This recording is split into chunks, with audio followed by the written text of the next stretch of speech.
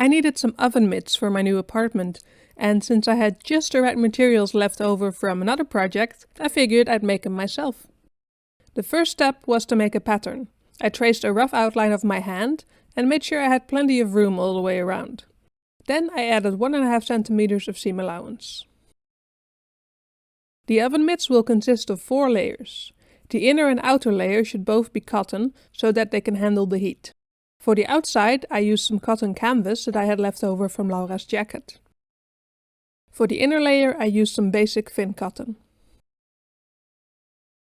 In between these 2 layers come the materials that will block the heat.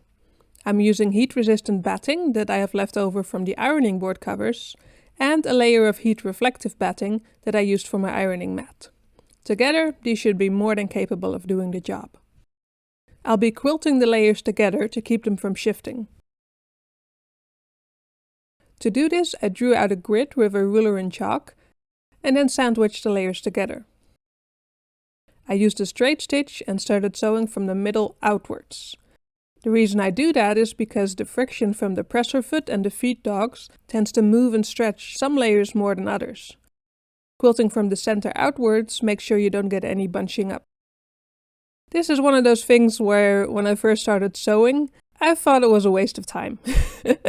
So I was stubborn and I didn't do it. And let me tell you, unpicking all your stitches because your quilting looks terrible is definitely slower than just doing it right in the first place. So start quilting from the middle and work your way out.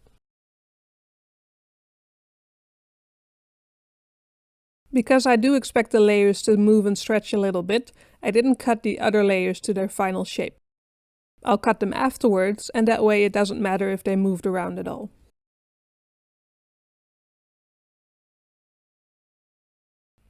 And remember that you need to cut a front and a back for each oven mitt, and those are mirror images of each other. With the quilting done, I can move on to the assembly. I placed a front and a back piece right sides together and used pins to secure them. Then I sewed all the way around, of course leaving the arm opening open. I cut down the seam allowance as much as possible, especially around the inside of the thumb. All that bulk is just going to get in the way. To finish the raw edges, I made some edge banding from strips of the lining fabric. I used to do this just by folding and pressing with an iron, but now I have this new thingy called a bias tape maker. This was definitely a lot faster than doing it by hand. To attach the edge binding, I folded it open and lined it up with the edge of the oven mitts. I then sewed it in place all the way around.